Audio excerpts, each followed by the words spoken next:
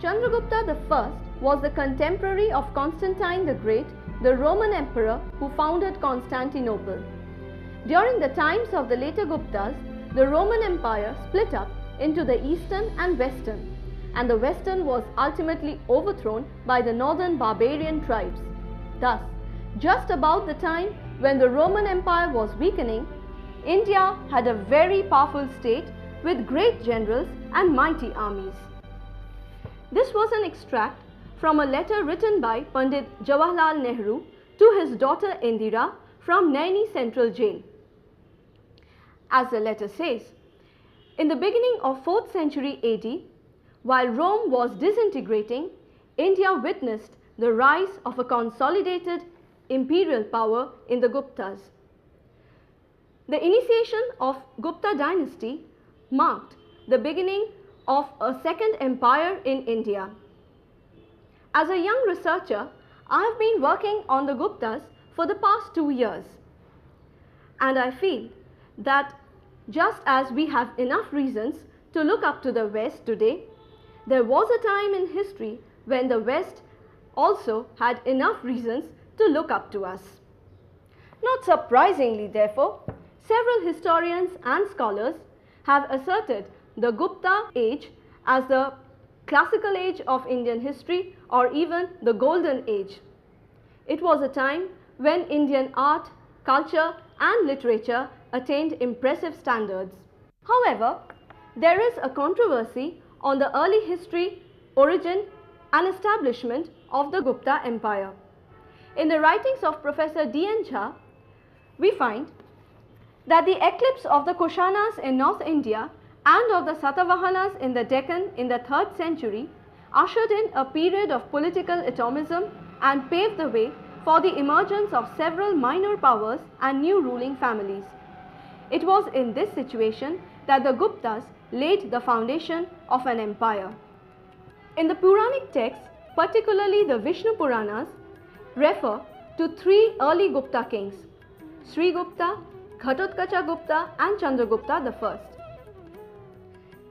Chandragupta I's accession to the throne in 320 AD marks the beginning of Gupta era in Indian history. The most significant kings of Gupta Empire were Chandragupta I, followed by Samudragupta, Chandragupta Vikramaditya, Kumaragupta I and Skandagupta. The death of Skanda in about 467 AD was followed by a succession of weak line of kings who failed to keep the empire intact and succumbed to the mighty invasion of the Hunas in 5th century AD. Unlike their predecessors, one of the important reasons why the Gupta period has attracted scholars from both India and abroad is because of the abundance of sources available. Numerous epigraphs, extensive coins, literary sources, both indigenous and foreign accounts, have inspired several historians to reconstruct the history of the Gupta period. The foundation of the Gupta Empire created a growing influence over the Middle Ganga Valley and around Pataliputra as well. In this connection, I would like to read out an extract from one of our leading historians' book, Professor Romila Thapar. Professor Thapar says, despite the rise and fall of many kingdoms in the centuries following the Mauryan period, the imperial ambition did not die, and there were frequent attempts to emulate the Mauryas, but none of these met with same success. The rule of the Gupta dynasty in northern India is often described as an imperial government, but this description is not entirely accurate. In course of my research, I had approached Professor Srila Roy to get an overall idea about the foundation of Gupta state and empire. Professor Roy, do you think the Gupta rulers were successful in building up a pan-Indian empire? Oh, well, Paromita, I definitely think that the Gupta rulers were successful in establishing an empire, but it lacked the pan-Indian character of the erstwhile Mauryan state. The political power that the Gupta rulers built up was concentrated only in northern India.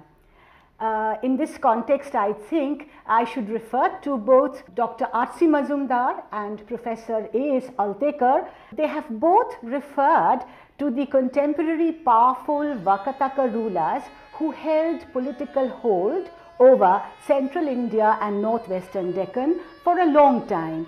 And so these historians feel that this age should rather be called the Gupta Vakataka age and not just the Gupta age. So, how was the Gupta state structured? Well, you see, Paromita, a few historians have remarked that the Gupta state was multi-centered rather than being a unitary structure, right? And as such, it had a core area, and here in this core area, Samudragupta had uprooted some of the earlier rulers and had brought them under the direct administration of the royal officials. Now, besides the core area, there are the border kingdoms where the border kings would pay tribute to the imperial Guptas, and they would also attend the court. They would attend the imperial court. And in course of time, these tributary neighbors, they became known as the Samantas. And they later on, their position was elevated to a very high level, you know, and to a very high level of social order. And they became known as the feudal vassals. Again, we find that Samudragupta partially subdued some of the tribes who lived between the border areas and the core area. So these are the few divisions that we can make. So is it correct to argue that in spite of their brilliant military achievements, the Gupta rulers failed to construct a pan-Indian empire? Now, you must remember that at a time when the Guptas rose in power in the north, the Deccan witnessed the rise of a few powerful kingdoms. For example, there were the Vakatakas and their later collateral, the Vatsa Gulma branch. There were also a number of smaller and less significant kingdoms like the Nalas, the Bhojas, the Traikutakas, the Kalachuris, the Salankayanas, the early Pallavas, and the Panduvamsis, the Vishnu Kundins, the Sarabhapuriyas, etc., etc. And the far south also saw the rise of some important dynasties like the Western Gangas and the Kadambas, just as there were the Eastern Gangas in the territory of Kalinga, there were the Western Gangas in the Karnataka region. From the comments of Professor Srila Roy, it is clear that the Gupta Empire was not a pan-Indian empire since it couldn't penetrate down south. Yet, the Gupta Empire was a highly centralized empire with strong foundations. If one has to know about the state and structure of a particular realm, first and foremost, one has to learn more about the centralized administration of the particular empire. In my course of research, I had also consulted Professor Taupati Sengupta to know more about the structure and system of the central administration of the Guptas. Professor Sengupta, I would like to ask you, what was the power and position of the Gupta monarchs, and how did the nature of monarchy differ from that of the Mauryas? Although there was almost a time span of 500 years between the Mauryas and the Guptas, the Gupta monarchs were also played a pivotal role in the administrative system, just as their Mauryan counterparts. Like their Mauryan counterparts, the Gupta monarchs were also head of the entire administrative system. He was the supreme commander of the armed forces. He was also the principal executive. he was the one who received and sent envoys. But because of this great time gap between the two monarchies, we find there was an immense increase in the power of monarchy so far as its inherent characteristic was concerned. While the Mauryas were happy with simple titles like Devanampiya or the beloved of the gods, the Guptas, they considered themselves as the representative of gods on earth. Yeah, and perhaps that's the reason why they took titles like Maharaja Dhiraj, King of Kings. Yes, they took titles like Maharaja Dhiraja, but the titles like Parama Daivata, Parama Bhagavata, these indicate the emphasis on the divine element of the kings. In the Allahabad pillar inscription, Samudragupta describes himself as an equal of Kuvera, that is the god of wealth, Varuna, the god of the skies, the Yama or Indra. Yama is the god of life and death, as you know, and Indra is the god of gods. So this shows that there has been an evolution in the concept of the monarchy in these 500 years, and that is a very important change in monarchy that had taken place. But like their Mauryan counterparts, again the king was the pivot of the administrative system, and the institution of monarchy was considered as the only kind of administrative system even in the Gupta period. So what was their mode of succession? Most of the time the reigning monarch selected his successor, but it was not always honored after the death of the reigning monarch, and that is why we find that parallel branches of the main line were established at times.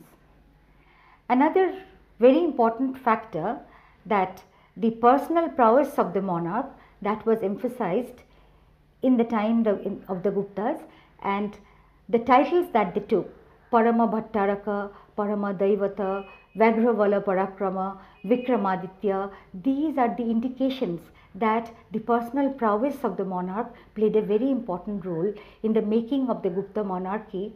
And unlike their Mauryan counterparts who adhered to the heterodox religions, the Gupta kings were Brahmanical monarchs, and it is because of their Brahmanical faith that they performed many sacrifices, of which the Ashwamedha was very important, and they strongly believed that the performance of these sacrifices would bestow greater power in them, which might have some mystical elements.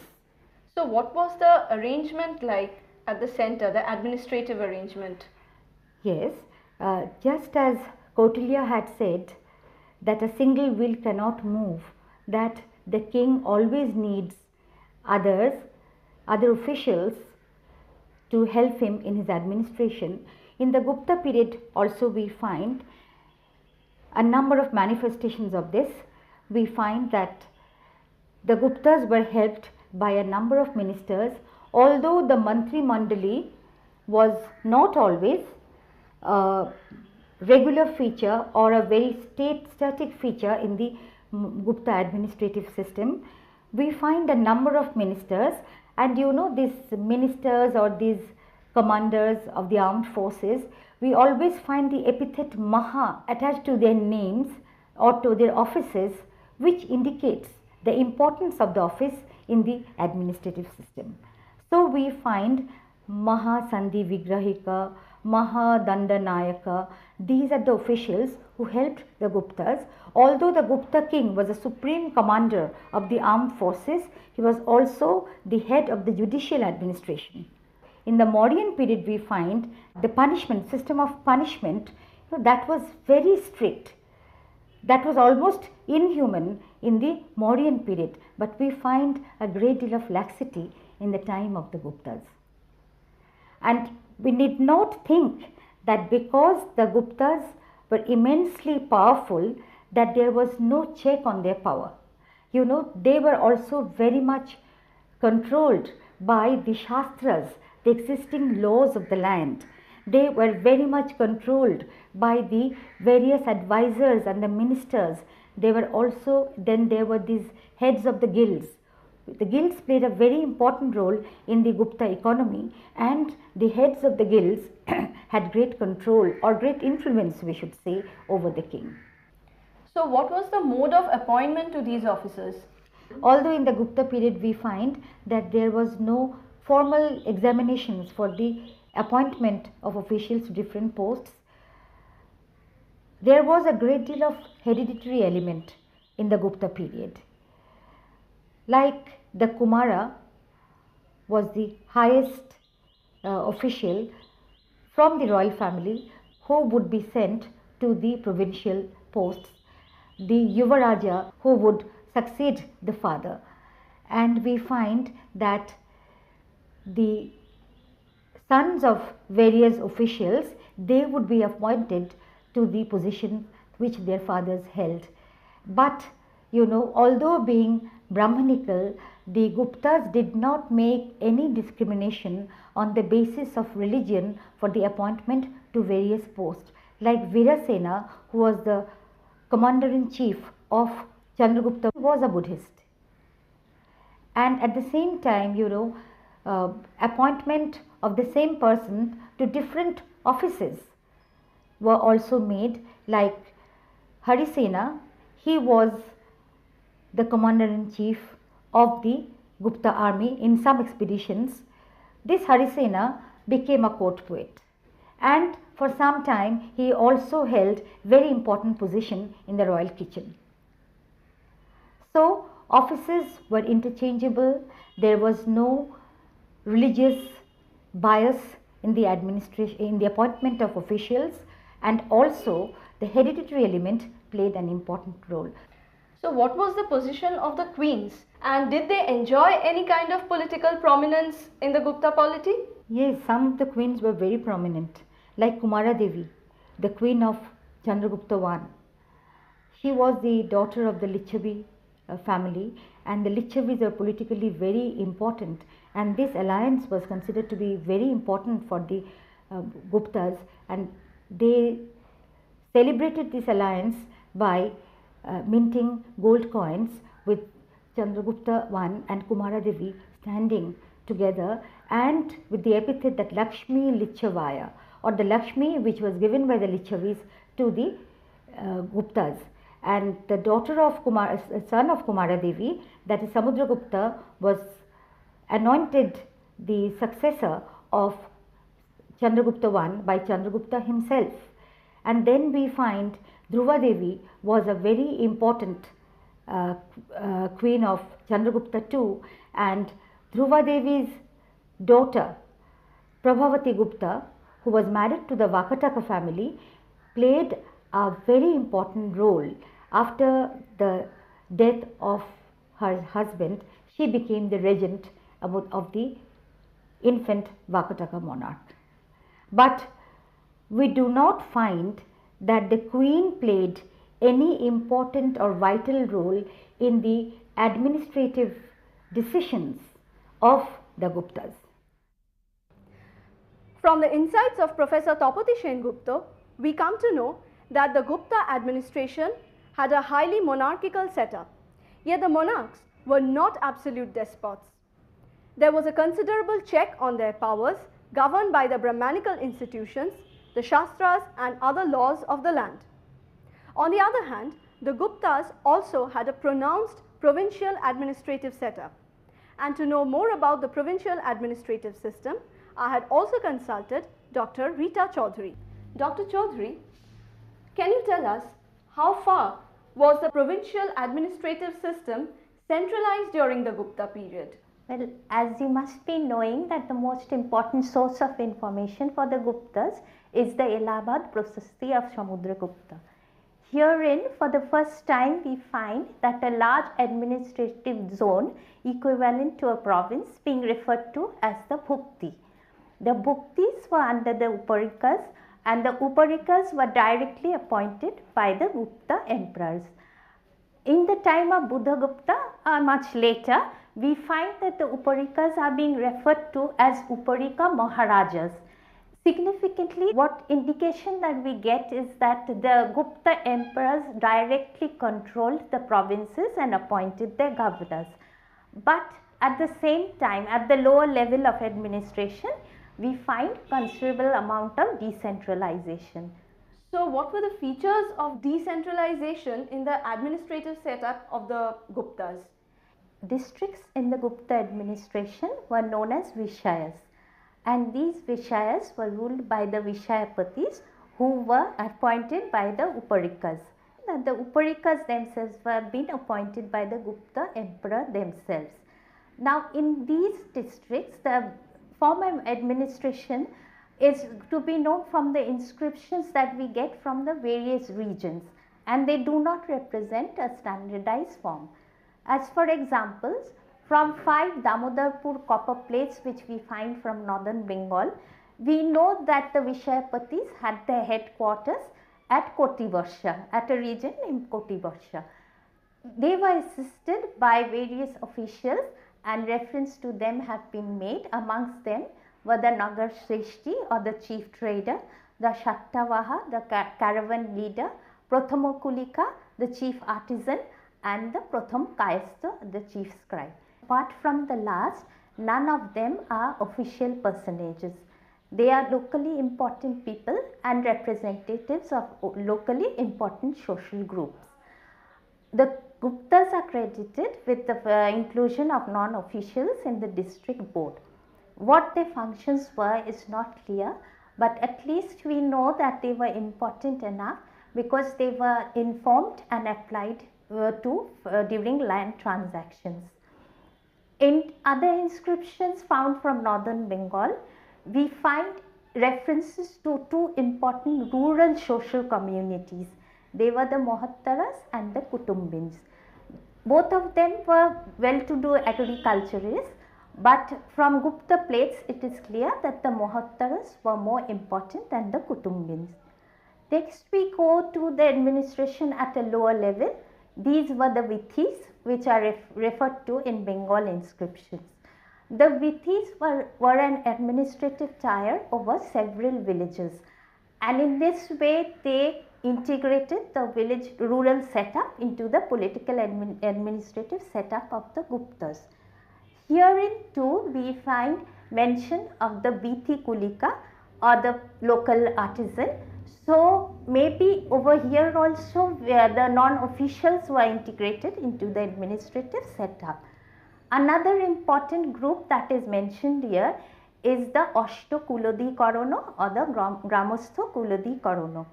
Literally it may mean representatives of 8 leading families, and thus they were non-officials, but alternatively some scholars have also said that they were local level officers and hence government personages. But an in-depth study into the inscriptions make it clear that non-officials were integrated into their structure, and so it can be said that in the district and in the lower levels of administration, the Guptas appointed non-officials in the work of administration, and large part of the administration was dependent on them. So what was the level of dependence? With regard to the Ashtakulodhi Karono, it can be said that it was a supra-local body who provided an interconnection between the villages which were under them, and also provided linkages with the upper strata of administration. This process of decentralization, albeit necessitated by new socio-economic factors, was a new experiment of the Guptas. They provided an expression for local aspirations, and as they provided connection with the apex local body and the local level administration. So it was an important mode of in the political administrative setup of the Guptas. So why do you think decentralization was necessary? Well, as you know, Paramita, the Guptas had through their conquest amalgamated a huge territorial setup. It was peopled by various social groups who had various interests. it was necessary for the Guptas to integrate the varied interests into a single political setup. It may also indicate the spread of state society into areas which had not experienced a political setup before. It was a pre-state society. So, when they were establishing an empire, if we can call it an empire as such, it was necessary to combine all these interests within a single fold. So, it must be that they decided that decentralization was the best way to bring them together.